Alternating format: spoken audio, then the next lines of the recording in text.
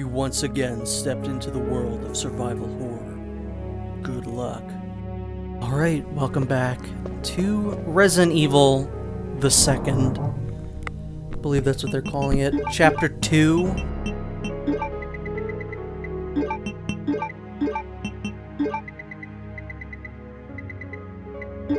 So, in this video we're gonna be making some moves, some pretty significant moves in this here video game. We are not going to be sticking around the police station for very much longer.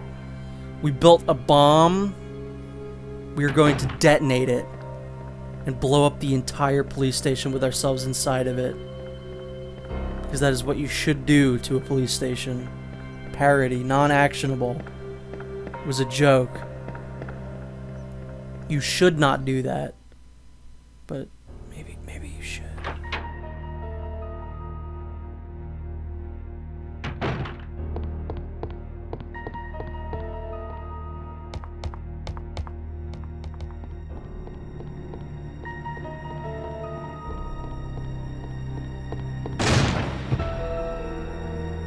This is one of the easiest puzzles in the entire game. You don't even need to look at the solution to it.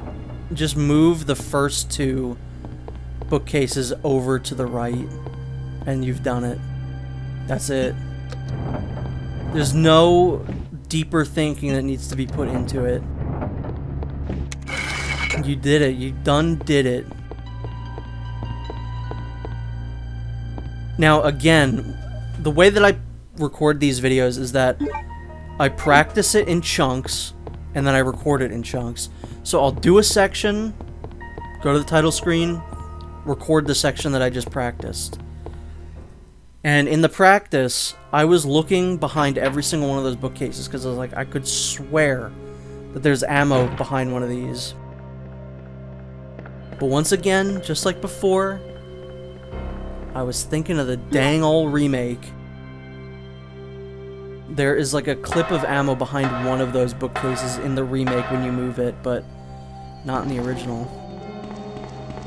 Now, as someone who has grown their hair out since the beginning of the pandemic, and often has their hair up in a ponytail, much like Miss Redfield in this game, I can confirm that every time you enter a new loading zone, my ponytail does flip upwards.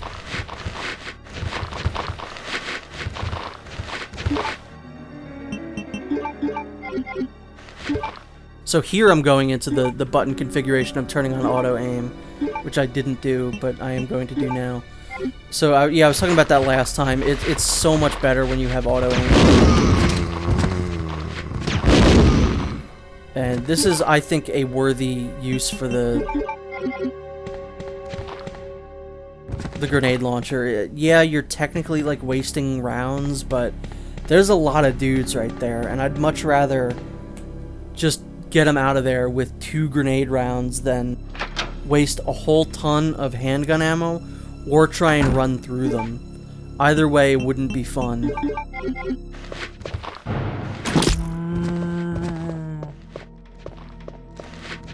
This is another area where I don't really like to kill a whole lot of the enemies in here, specifically that Misty. She's not very hard to avoid.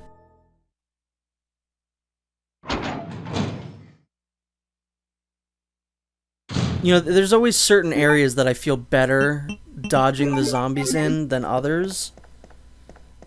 This definitely being one of them. There are some areas where I have to eliminate all the zombies, no matter what.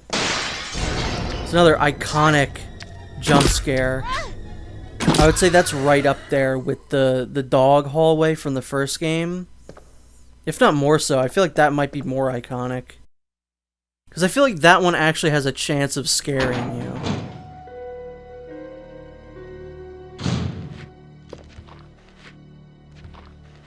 We do need to go down this hallway, so I'm gonna just kill this guy.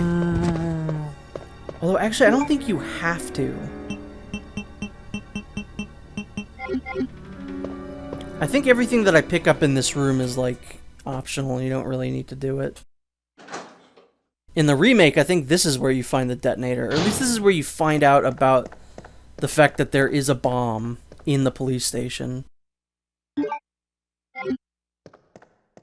So some handgun bullets. That's good enough. Good enough for me. That was a worthy detour.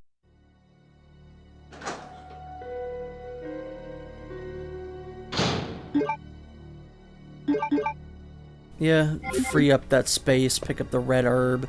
We can replace that mixture almost immediately. So I don't feel too bad about doing that. Yeah, this Misty, as long as you go behind her, she should never grab you. She takes too long to turn around.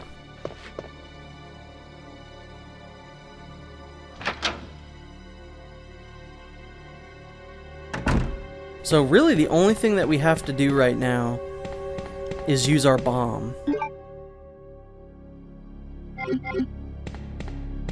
I like how, as I said that, past me playing the game, open the inventory to look at the bomb. For no reason, other than to somehow sync that up with me talking about the bomb. I don't know how that worked exactly.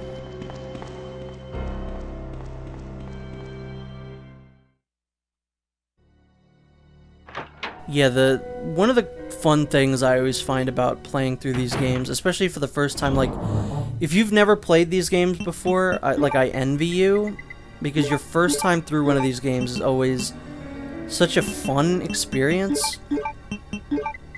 I feel like, just having a new area like this to explore is so much fun, to find which doors are unlockable, which doors have, like, actual stuff in them that you can use, where you need to go. It's just so fun, but it's also fun to know exactly where you're going and just, like, speed through, know, like, okay, I need to get here. I could go this way, but I could go this way, too, and this way's faster. So, to me, that's just a fun little experience. You know, I'm nowhere near, like, I'm not great at this game, I wouldn't say. I'm not bad, but I'm not, like, a great player of this game. But watching people, like, genuinely speed through this, people who, like, know this game like the back of their hand, is very impressive. It's always a lot of fun to watch speedruns of, like, all of the classic Resident Evil games.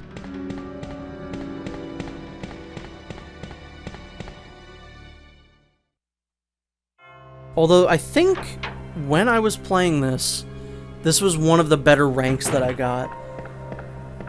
Like, it was one of the best times that I got, and it was one of the best, like, ranks. It's not, like, a huge thing, but we'll see it at the end.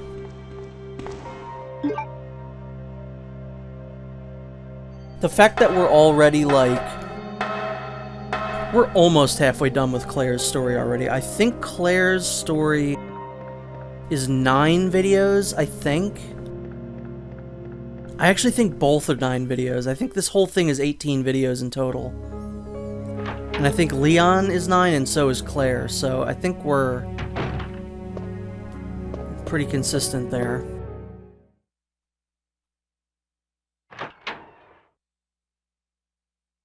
So right now, we need to go place the bomb on the helicopter. Actually, it's not on the helicopter. I always thought it was the helicopter, but you put it on the door. And you need to be kind of precise. Not super precise, but just make sure you're looking at the door, not the helicopter.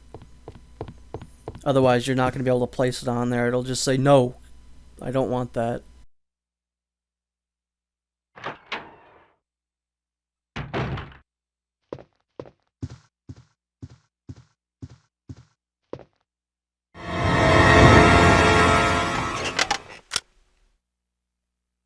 Oh, I'm terribly sorry. I thought you were another one of those zombies. Are you Chief Irons? Yes, that's me. And just who are you? No, don't bother telling me. It makes no difference. You'll end up just like all the others. That's the mayor's daughter. I was told to look after her, but I failed miserably. Just look at her. She was a true beauty. Her skin nothing short of perfection. But it will soon putrefy, and she will turn into a zombie within the hour, like all the others. There must be some way to stop it. In a manner of speaking, there is. Either by putting a bullet through her brain, or by decapitating her completely.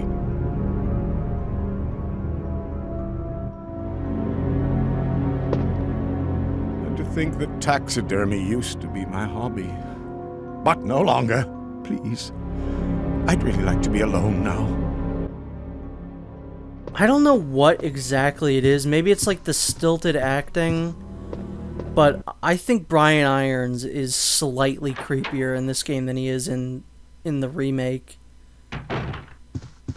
He's just also, I think, more outwardly, like, evil in this game. Like, right from the get-go. Like, yeah, he kidnaps Sherry in the remake, and that's pretty detestable, but he's a little creepier here.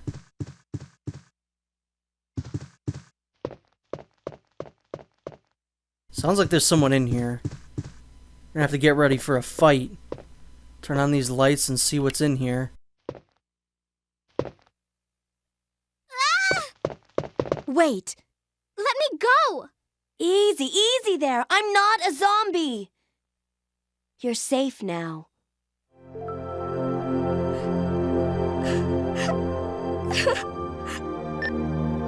Leon, come in. I found the girl, and I've cleared the wreckage that was blocking the corridor. Got it.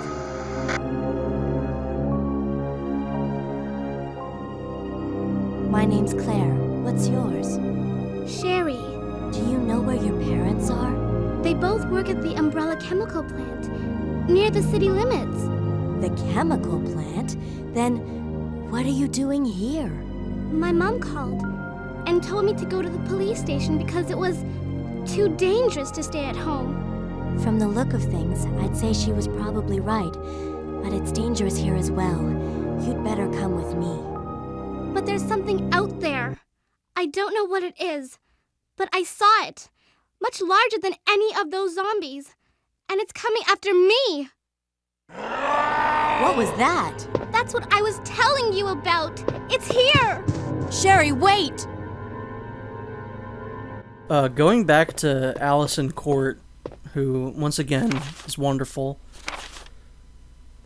I grew up watching a show called The Big Comfy Couch, and Allison Court was the main character of that. She was the clown lady in Big Comfy Couch, which is crazy.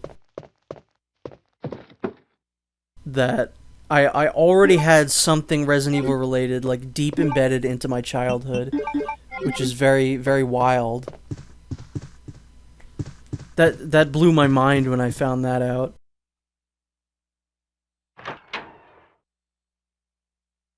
I will say, one of the things that the remake does better is that you can actually clearly hear William Birkin yelling Sherry, instead of just sounding like the Hulk in this game. He doesn't really say anything in English.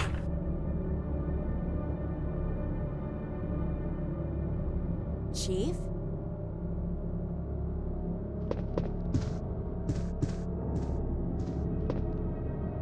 So we have a new key to use. So behind Iron's desk here, we have this painting. We get rid of it. We have some slots here for some slates. It's a slate slot. We just need to find one more. Yeah, his diary gives a little bit more context for what's going on here and like why he's kind of losing it and being a big weirdo. But I like that in this game, it seems like whatever's going on just broke him, and he just flipped and became like a crazy guy. But the Irons that's in Resident Evil 2 Remake seems like he was probably like that beforehand. Like, Irons in this game was probably already a bad guy. I mean, he's a cop, but he probably wasn't like a crazy person like he is in this, you know, when we find him in this game, whereas he was probably a bad person and a crazy person in the remake continuity, I would have to imagine.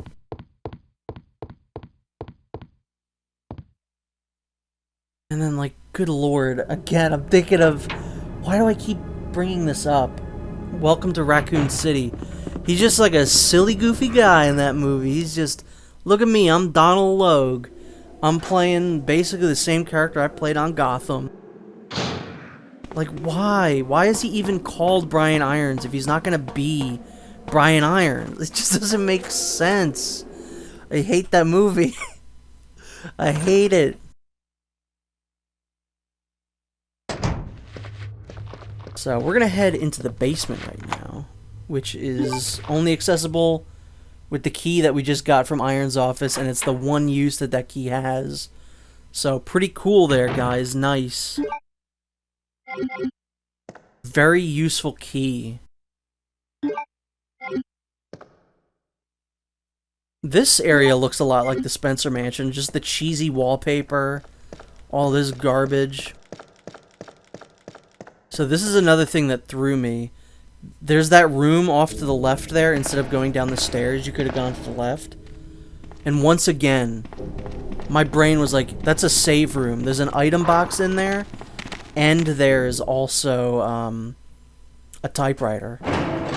That is not a save room in this game. It's just a room that you go in.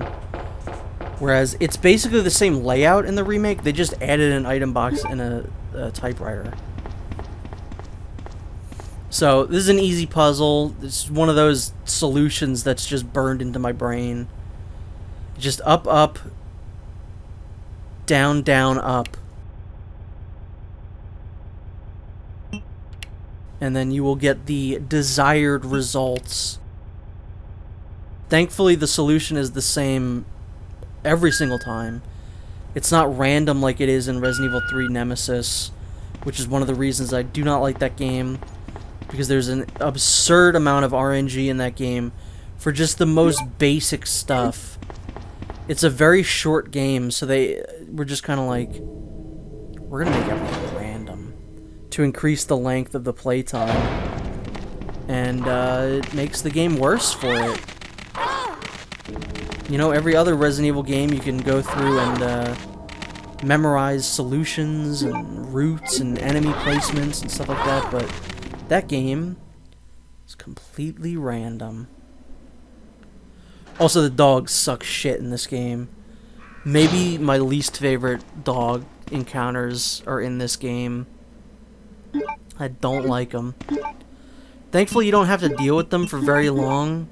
Those dogs that are in that hallway are going to disappear pretty quickly and get replaced with lickers. And I know it sounds weird to say, but I would much rather deal with lickers than the Cerberus dogs. In this game, at least. They're annoying in the first game, mostly because you can't auto-aim. But they're annoying in this game just because they just are. I don't know. There's no real difference. So, now we have found ourselves a new little safe haven. And with that, we are going to save and end the video. So I will see you next time where we explore this new area that we have found ourselves in.